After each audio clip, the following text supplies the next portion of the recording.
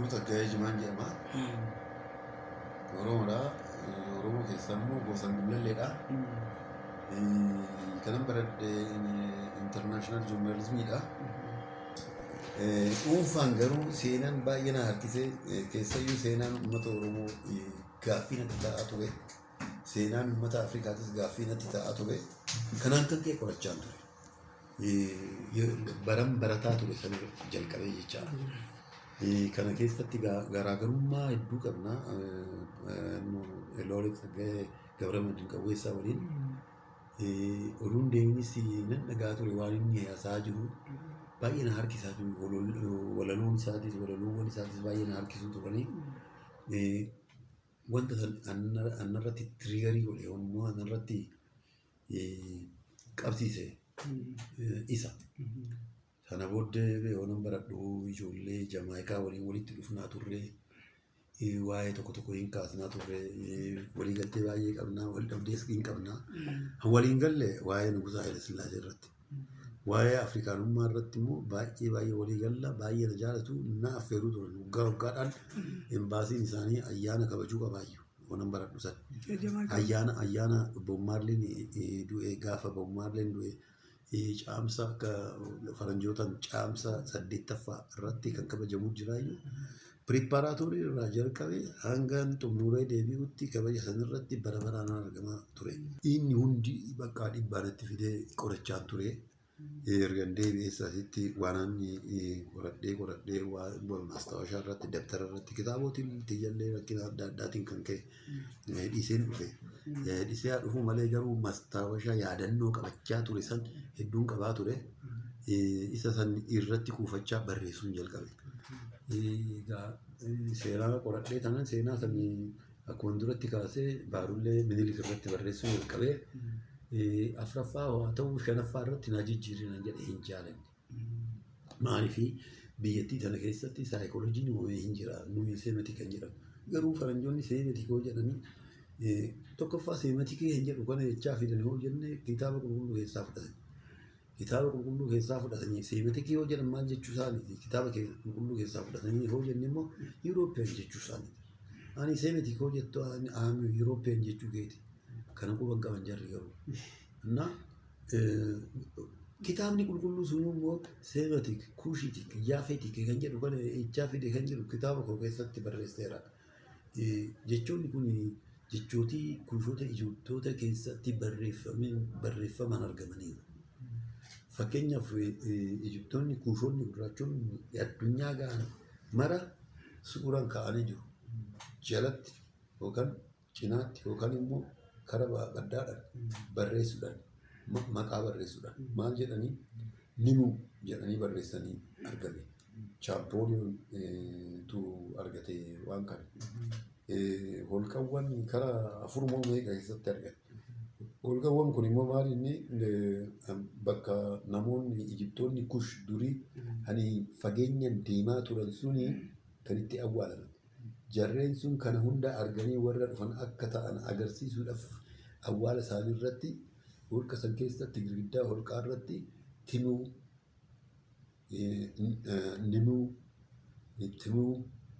fi jifit jedhamee barreeffamee argama. Amma eenyudhaan timuu jedhan warra Awurooppaati. Nimuu kan jedhan eenyudhaan warra Eeshiyaati. Maaliin beekta? Suura perfect godhanii ka'an achirratti. Akkaataa ijaarree wannoo qalama gogaarree bifa gogaallee agarsiisaniiru. Edaa Awurooppoota kafana adda addaatiin agarsiisanii cinaatti yookaan jalatti yookaan irratti timuu jedhanii barreessan. Dhiyeenya bahaa gidduugalaa kaasee hanga Awurooppaa hanga Biriitaawunii kan ga'u suuraan ka'anii raawwatanii timuu jedhani. Edaa seem kan jedhamu sun timuu kan jedhu sanirraa dhufe. Timuu gogaa isaaniillee bifa gogaa isaaniillee foon dheedhii fakkeessanii ka'an. Yoosi kaan immoo isa ofiin immoo mirmir kim jedhanii barreessan kimitti. Amma seenessitoonni Awurooppaa fi Afrikaa hedduun keemiti jedhanii barreessu sanirraa ka'anii. Ani immoo maal jechaan jira vaawolii ala kimitti jedhanii kan barreessanii keemit ta'uu baachuu danda'a. Kaamaa singular kaamaata plural. So kaam kan jedhamu sun kitaaba qulqulluu keessatti ilaachirraa fudhate. Kaamaa ofiin jedhanii jirtuun akka uummata tokkootitti jechaadha. Maal jechuudha afaan isaaniitiin afaan Ijiptoota durduriitiin kaamaan sun gurraacha jechuudha. Karaa Oromootti yoo fiddu maqaa kana maal ta'a? Qaama ta'a. Qaamaan sun qaama ta'a. Qaamatu diimaadha yookaan adiidha yookaan gurraacha jedhamaa miti. Wanni isaanii kana jechuudha. Walumaa galatti wanni keenya yaada keenya guduunfuudhaaf kan piroofaayilii keessanii irratti akka tokko nuti bitanii jirtu guulalleedha gosaanii. Waa'ee guulallee irratti waan tokko tokko hojjechaa turre akkuma argitan warra sarara lumee, warra lumee bookkisaa, warra horaa finfinnee kana jechuudha. Gosa keessaa gaa warra balballee adda ta'uu danda'a yookiin immoo jalatti guulallee jalatti adda ta'uu danda'a. Mee waa'ee guulallee shaggar irraa buqqa'eetu jiruutii fi akkaataa guulalleen itti buqqa'ee fi akkaataa amma keessa jiru gabaabina waan nu ibsitan jechuudha. Warruma keessa maatuma keessa faadha waan ta'eef. Kan buqqa'uu jalqabe bara Minilik. Lolli karaa waggaa shanan keessatti lola waraana yeroo shantu taasifame. Haile Sillaasee jalqabe. Minilik qofa yeroo sadi taasifame. Yeroo sadan keessaa immoo lolli cimaan yeroo lama taasifame jechaadha. Bara Minilik baraan hoo fudhannu bara 1862 kaasee hanga 1866tti lolli sun adeemsifame jechaadha. Gullallee irratti hin gabbaru jedhee didee. Na handhumaa sun keessatti gaa kan akka gootonni kan akka Tufaa Munaafaa jiru iyyuu isaantu lole. Isaan injifachuu akka injifachuu danda'anii turanii jechuma wanno barreessitoonni seenaa adda addaa barreessan keessaa hubachuun hin danda'ama. Maaliif walaloon tokko jira han barreeffame amma seenaa keessatti Phaawulos Nyunyuun kan barreesse Bafaras Gaskisoo Baayidars Goobanaa likkaaffaluun nabbarannaa Tufaa Munaa kan jedhamu jira.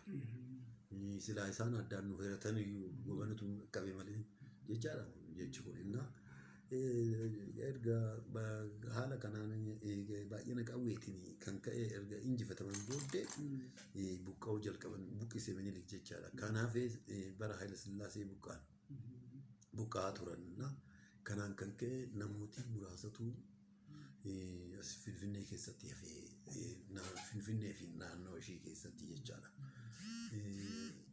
Karaa kanaatiin hanga Jammoo Mojoo kan jedhamtu sin jirti. Tulluun takka hanga'utti gullalleetu qubatee tureeyyuu karanaan immoo hanga eekkaa ga'utti daangaa eekkaa ga'utti saniin booddee eekkaatu jira ture. Karaa dhaqaatiin immoo hanga kunoo naannoo Aqaaqii qabatee tulluu diimtuu gadi qabatee hagas jiraayyuu kanaan kan ka'e amma naannoon sun galaan jedhama ammallee sana olii miti galaan sanaa gadi na waldaan geessu jechaadha. Kana keessaa kuun kara wannoo Mugaritti kan deeme hin jira baqatee kan deeme kan kara Jiddaatitti immoo kara Sandaafatitti kan deeme hin jira achii kaasee hanga Baaleetitti kan faca'ee jira. Akka hanga Baaleetitti hanga Arseetitti kan deeme keessaa hammi ta'e immoo fedhiidhuma wannoo Minilikiitiin hoo iyyatan lafti isaanii erga fudhate bakka akka buusaniif hoo iyyatan hoo dhiyeenya kana dhiyeenyuma naannoo kana hoo barbaadde jedhanii booda bojjeemanii kan sirraa fudhatame qixa san sii kennina bakka ta'etti eeggadhu jedhu. Fagaaddeen deema Arsiin deema Baaleen deema hoo jette immoo dachaa lama sii kennina jedhanii Arsiirraa Baaleerraa fudhatanii dachaa lama kennuuf jechaadha. Maal gochaa jiru? Diina wal taasisaa jiru. turan jechaadha. Kanaan kan ka'e Diina walitti taasisan. eega kanaan kan ka'e amma ilaalchi dogongoraan hin jira. Arsii keessattis Baalee keessattis. Hoorga kana qofaa miti kiristinnaa kaasanii teeru. Asii hoggaa deeman. Kiristinnaa kaasanii ebelu jedhanii asii ergu jechaadha. Na saniin kan ka'e ilaalchi faallaa ta'e hin jira. Garuu icciitiin kun dagatameeti gaa. Jarri sun dirqameeti. Qe'ee ofii dhabeeti. Lafa ofii dhabeeti. Dachee ofii dhabeeti. Karasii buqqeetii karasii godaane jechaadha. Na kana gabaabumatti. Isin amma fakkeenya maatiin keessan gara jamuuti jechuudha. Jamuu miti furiidha kiyya furiidha. Maali maatiiwwan fiireewwan kan ta'an keessaa warri naannoo san kun Qaallittii gadi Saalloo kan jedhamu hin jira. Saalloo kan jedhamu hin jira. Achitti lafa warra argate Saalloo gamas furiitti lafa warri argate warra Waaqoo Qorichoo kan jedhamu. Gabbisaa Waaqoo Qorichoo fa'aa obboleewwan waliin abbootiin isaanii sira argataniif akaakayyuun kiyya bakka jalaa fudhatame warri isaa jalaa fudhatame warri hin arganne innis hin arganne duraan bakka ta'e qubateetii lafuma isaanii irratti ce'ee furiitti immoo lafuma isaanii irratti ciisan nyaatee qubatee jechaadha hanga argatutti. Dhuma irratti wannoo meeqanii iyyata meeqanii as laaftoo kennaniif. Laaftoo dhufee hoolaalu lafti akkuma jiru laaftoon sun amma kondominiin kan itti dhaabame kuni akkuma jiruun dhakaa. Lafa dhakaa naa kennan jedhee dhiisee deeme jechaadha. Akaakayyuun keechan. Booda baankiyyaa fi obboleewwan isaa dhaqqabanii guddatanii achitti dhalatanii guddatanii dhaqqabanii gaaffii kana kaasanii jarreen lafa argatan summee jarana laalaatii lafti sun akkanumaan didee abbaan keessan jimaan akkanumaan didee laalaatii gaafadhaa jedhanii erga jalqaban booddee hin taane jijjiiramni darbii dhufe. Kana gabaabuma. Achumatti hafeen kan biraa waa'ee hora Finfinnee kanarratti koomentii mootu yaada kanaan dura hojjenne tokko irra argitaniirtu. Abbaa amma warri abbootii gadaa jedhamee amma deemurree wanti maali jedhanii olii garraa kan egaa horri Finfinnee amma ammatti bakka isaatti deebi'ee tokko kabajamaa hin jiru kun beekamaadha. Mee achirratti akka Guullalleettis akka Oromoottis wanna hora kanaa wal qabate yaada qabdanii gabaabuma. Akkamitti akka deebi'u. Maal ta'e kan ittiin moor kan amma kan galaanii maalii fi hora ja'an galaan jechaa jirra jedhu. Hoo ijaaramanis yoo waan tokko tokko hojjetanis gargaaraan sila tureef waan kanarratti baay'ee morkee baay'ee wal dhabnes. Warra abbootii gadaa. Sirrii miti. Gadaan dhugaan dabsu, gadaan dhugaan cabsu. Faayidaa ofiiti jedhanii kan raawwatanii gadaa keessatti baay'een gadda jedhee sana biira hafee fakkaatu. Maaliif kan kun taasifamuu qabu iyyuu. Oromoon waaqa kadhatus lafa jechuun kan hundaa. Waaqa jechuun kan hundaa jedhee kadhata garuu seera mootummatu lafti qotiisni abbaa qabaa kan eenyuti an abbaa qoteeti midhaan an abbaa facaaseeti horiin an abbaa horiiti ollaan garuu gamna qaba jedha maaliif ati horattee ollaan kanaaf kadhattuu hin qabne Oromoon ollaan kee manni jigee jettee ilaaltu ollaan kee dhabee jettee ilaaltu duudhi ollaan kee dubartiin takka kafana adii uffattee hodheen turre fatta maal taate intaloo jettee gaafatta tuma gadaatiin aadaa Oromooti maaliif adii uffatte jechuun waa lama tuquun nama jechaadha yookaan nama jalaa du'e gaddarratti jechaadha yookaan immoo dhabdee rakkattee rakkoo cimaa keessa jirti jechaadha adii uffannaan maaliif dhadhaa ittiin cuudduu dhabdee jechaadha adiin sun gaa mallattoo gaddaati. Kun si jedhee yookaan mallattoo rakkinaati. Karaa faajitiin soo deemne dhumarratti adii dhufaa miti. Inni gaa lafeedha. Du'a dullumas ani amma kun kafa wannoon kiyya addaa jira miti dabbasaan kiyya gurraacha kan ture addaacha jira.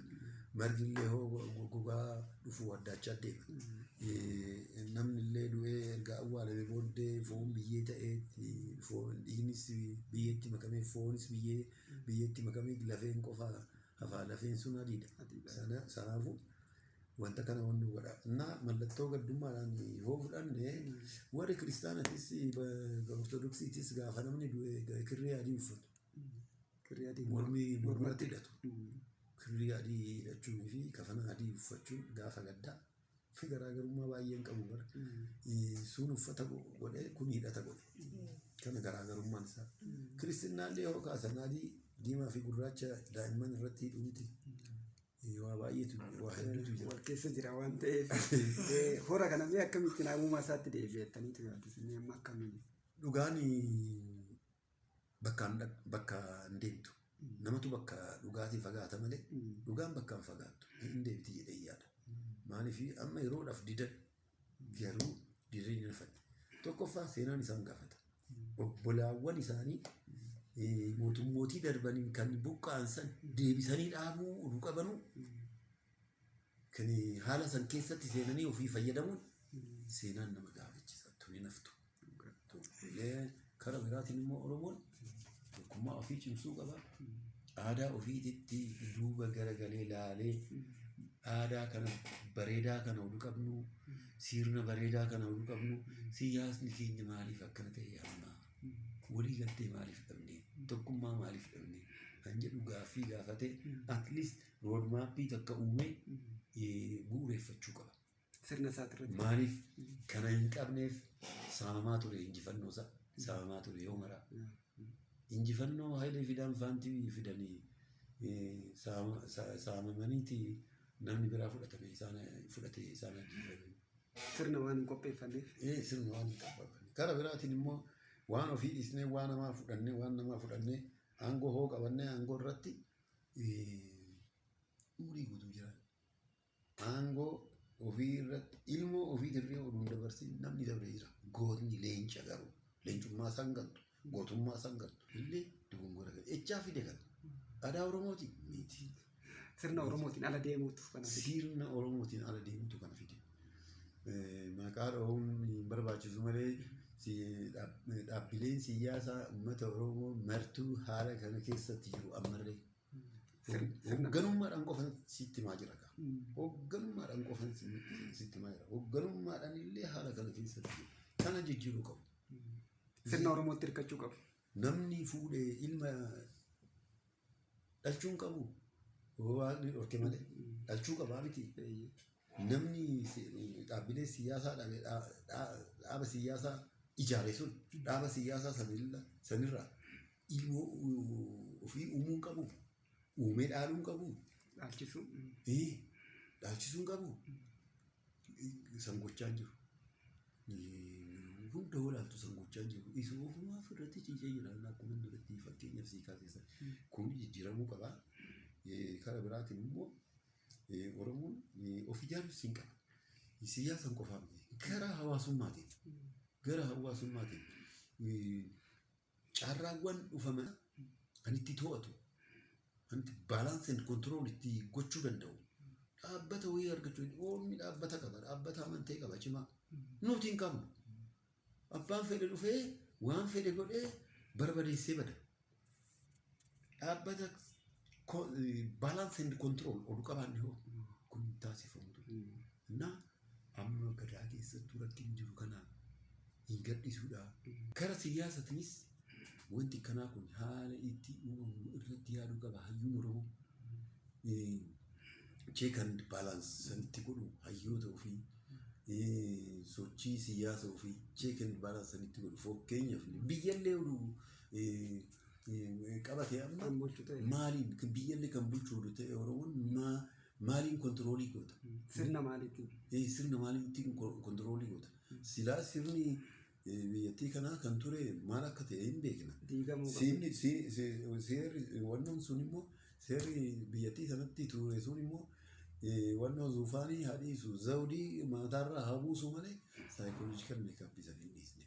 Erga hin dhiisne sun immoo erga Oromoottis dabraa jiru erga ta'e baalaansii godhee manni Oromoo of ijaaree hayyoonni Oromoo ijaaranii siyaasa keessa aangoo keessa ol seenin jecha ijaaranii eegsisuu qabu.